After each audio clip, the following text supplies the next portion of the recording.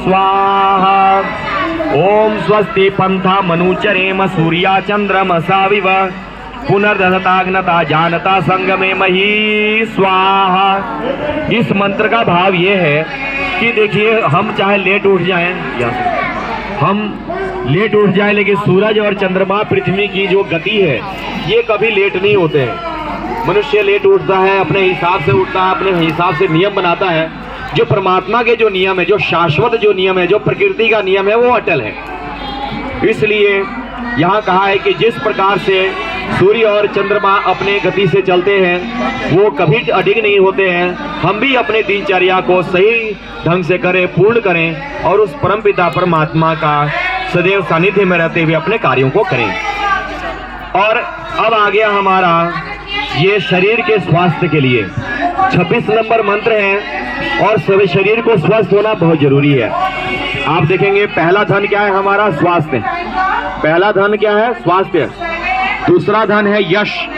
जो आदमी इस संसार में दूसरों के लिए करता है उसका यश अपने आप ही बढ़ता जाता है। तो यश जो है।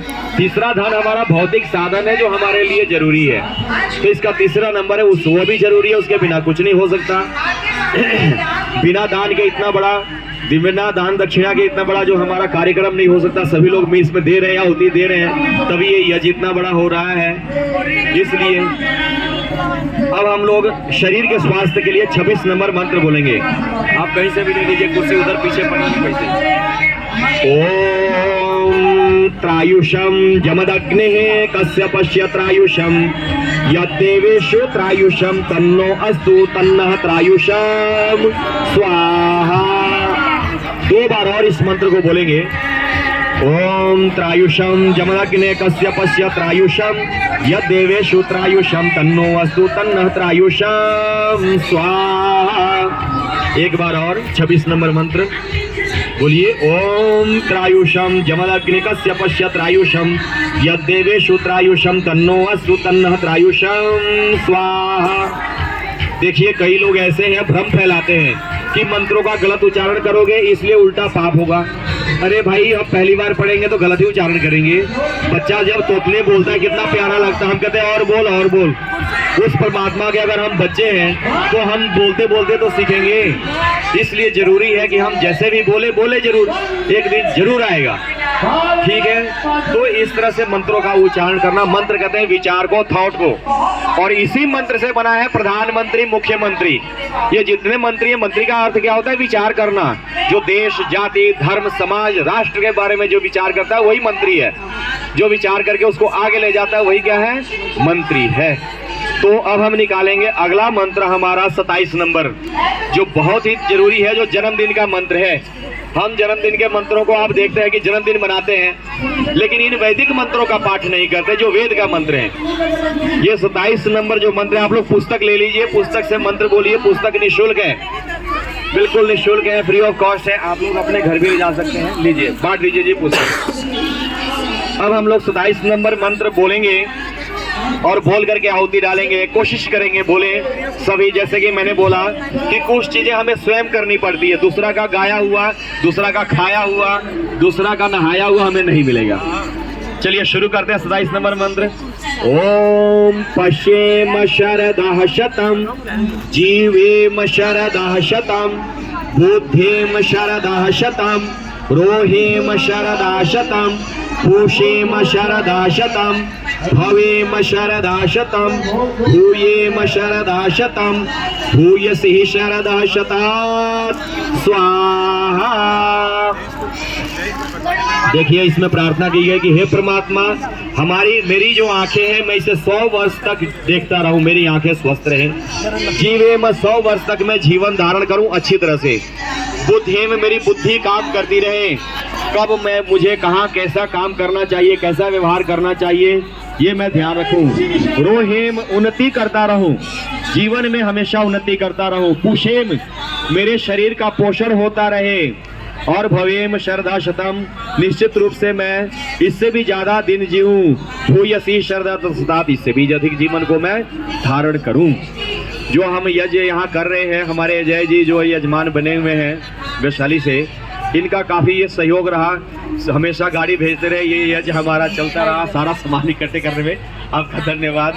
क्योंकि देखिए जो करते हैं उनका जरूरी है एहसान, क्योंकि जो अगर ये सब नहीं होगा, कोई कुर्सी ले आया उसका भी धन्यवाद, जिसने सारी व्यवस्था की उसका भी धन्यवाद, और उस परमपिता परमात्मा उसका धन्यवाद जो हमें शक्ति दी है करने के लिए, तो उसका हम लगातार धन्यवाद कर रहे हैं। मंत्र ही हम उसके धन्यवाद के, स्तुति का मतलब होता है प्रशंसा करना।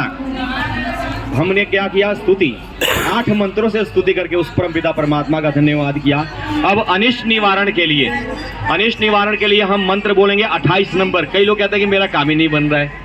भाई काम तब बनेगा ना जब बुद्धि एक जगह रहेगी, स्थिर रहेगी। तो ये जो अनिष्ट निवारण है, इसका मतलब ये है कि हमारी बुद्धि एक जगह रहे।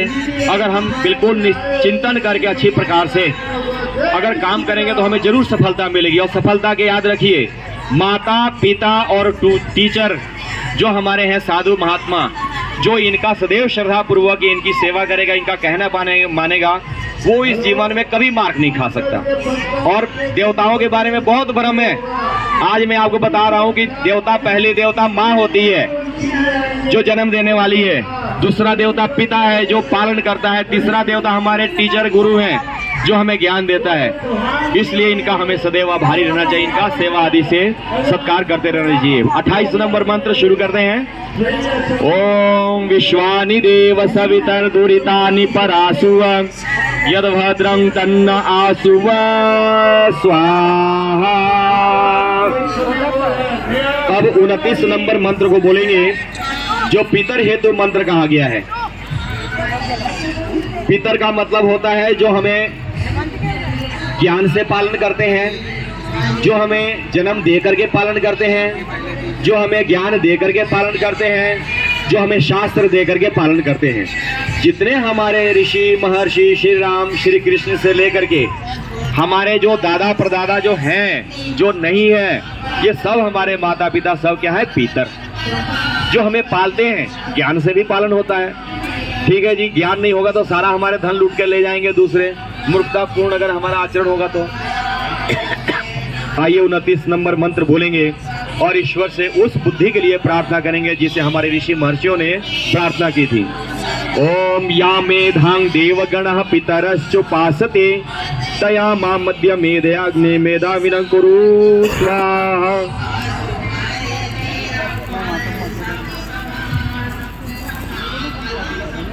अब हम लोग सारे मंत्र सुबह से लेकर के, प्रातः उठने से लेकर के रात्रि शयन का तीसरा मंत्र, इसको कहते हैं शिव संकल्प मंत्र। बहुत ऐसे मंत्र हैं जो हमारे जीवन में होना चाहिए। ज्यादा जरूरत नहीं है भाई, जितना जरूरत है उतना तो ले लो। जितने मंत्र हमें चाहिए उतना तो चाहिए ना, वो तो सीख ले कम से कम। रात्रि में सोने के लिए इस मंत्र को जरूर बोलें। आइए हम पढ़ते हैं तीसरा मंत्र। ओम यजाग्रतो दूरमुदैति देवं तदु सुप्तस्य तथैवैति दूरंगमं ज्योतिषां ज्योतिरेकं तन्मे मनः शिव संकल्पमस्तु स्वाहा। इसमें परमात्मा से प्रार्थना की गई है कि हे परमात्मा, यद जागृतो, चाहे जो मैं जागता रहूं और जागता रहूं, सोता रहूं, कह कि दूरम उदयति देवम तद सुप्तस्य तथैवेति। ये जो हमारे देव है ना, ये सारे तो सो जाते हैं, लेकिन जो हमारा मन जो है, और जो ये पूरा रात भर क्या 24 आवर काम करता रहता है।